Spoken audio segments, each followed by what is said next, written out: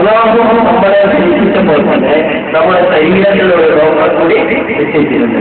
ഈ രോഗങ്ങളാണ് നമ്മുടെ ശരീരത്തിന്റെ മുഴുവൻ പ്രവർത്തനങ്ങളും നിയന്ത്രിക്കുന്നത്. അതിനെ വൈദ്യുത രോഗങ്ങൾ ഇംഗ്ലീഷിലും മലയാളത്തിൽ ജീവശക്തി എന്നും ജീവചൈതന്യം എന്നൊക്കെ പറയുന്നത്.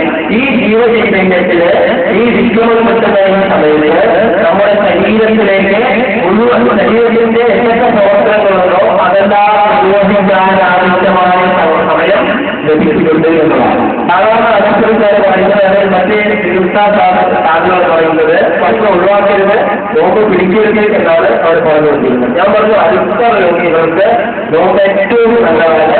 അവർക്ക് നോമ്പ് പിടിക്കാതിരിക്കുകയും അതനുസരിച്ച് ഒരാൾ പിടിക്കുകയും 2-3 ദിവസം കഴിഞ്ഞിട്ട് എന്നെ വിളിച്ചു പറഞ്ഞു എന്റെ അൽസർ പൂർണ്ണമായി ഞാൻ ഇപ്പോൾ നോമ്പ് പിടിക്കാൻ ഈ 30 നോമ്പ് കഴിയുമോ എന്ന് ഞാൻ ആശങ്കയിലായിരുന്നു. അൽഹംദുലില്ലാഹ് ഇപ്പോൾ ഞാൻ 12 നോമ്പ് കഴിഞ്ഞിരിക്കുകയാണ്.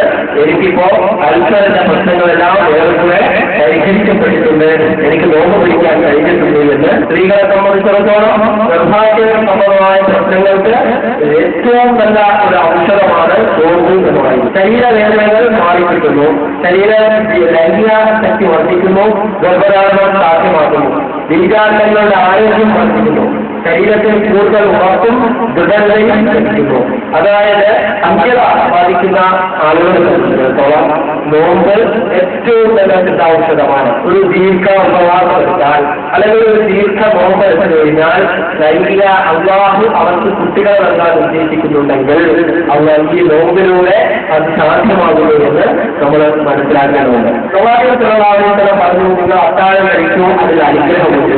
ബുഖാരി റിപ്പോർട്ട് ചെയ്ത ഒരു ഹദീസാണ്. മനുഷ്യ ശരീരത്തിന് ആവശ്യമായ മിക്കവാറും എല്ലാ കാര്യങ്ങളും ഈത്തപ്പഴത്തിലുണ്ട്. പഴങ്ങളുടെ രാജാവാണ് ഈത്തപ്പഴം എന്ന് പറയുന്നത്.